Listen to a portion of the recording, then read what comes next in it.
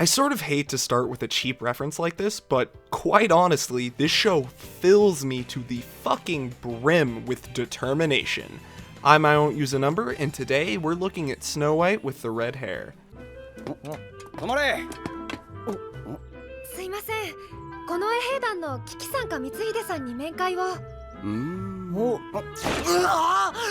君、もしかして。失礼いたしました。全殿下よりお客人だと伺っております。白雪。全殿下。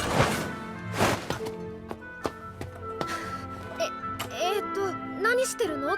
全。ちょっとした運動だ。執務続きで体がなまってもいかんからな。つまり執務が続いている中抜け出してきた？まあな。しばらく顔も見られていなかったし。会えたな、白雪。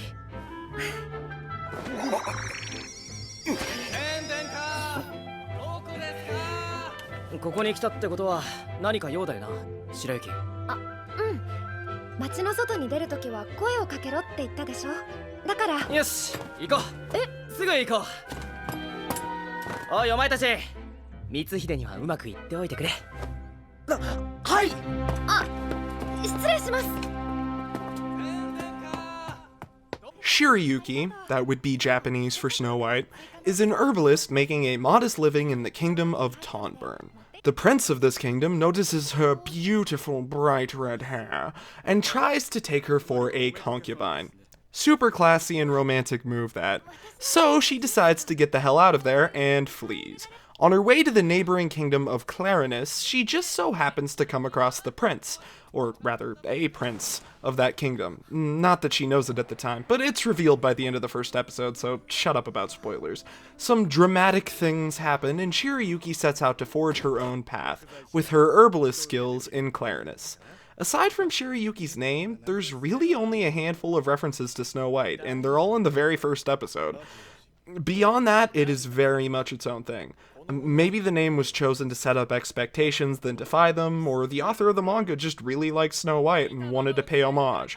Whatever the reason, the name works, if only because this show has the feel of a fairy tale. This comes from the bright, vibrant colors that are almost constantly on screen, the music that evokes a sense of whimsy, and writing that's rather poetic sometimes.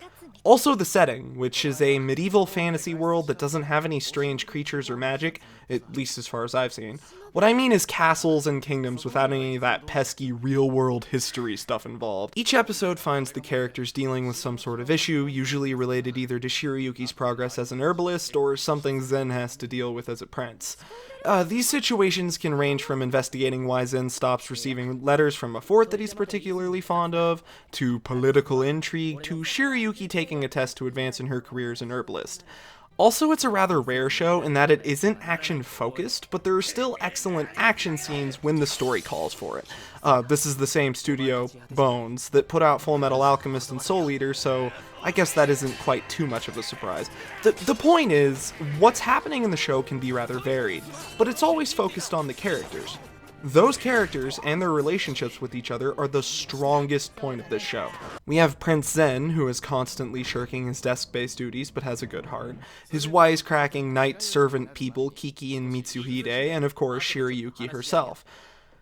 Shirayuki is one of the best characters I've come across in a while. I can confidently call her a badass even though she's not really a fighter or one of those super intelligent mastermind type characters. She exudes confidence. She's constantly working towards her goals, and it feels like she always earns whatever progress she makes. Even in situations where she's ultimately saved by another character, that usually being Zen, she never appears weak or helpless because she's always doing whatever she can to get out of those situations.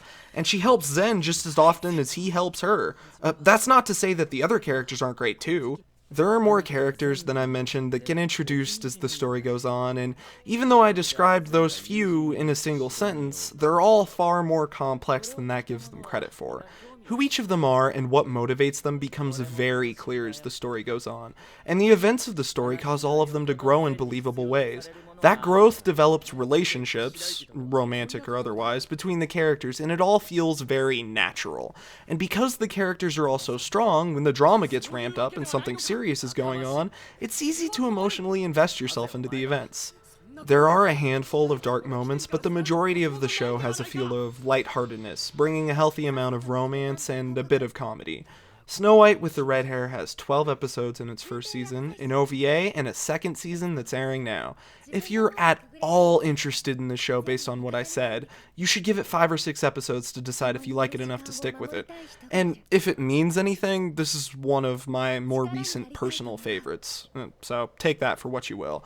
That said, this has been I Won't Use a Number. If you like this video, you can subscribe and maybe share it with your friends. Keep loving what you love, and I'll see you next time with something else. の世話をして前へと進むしるべになる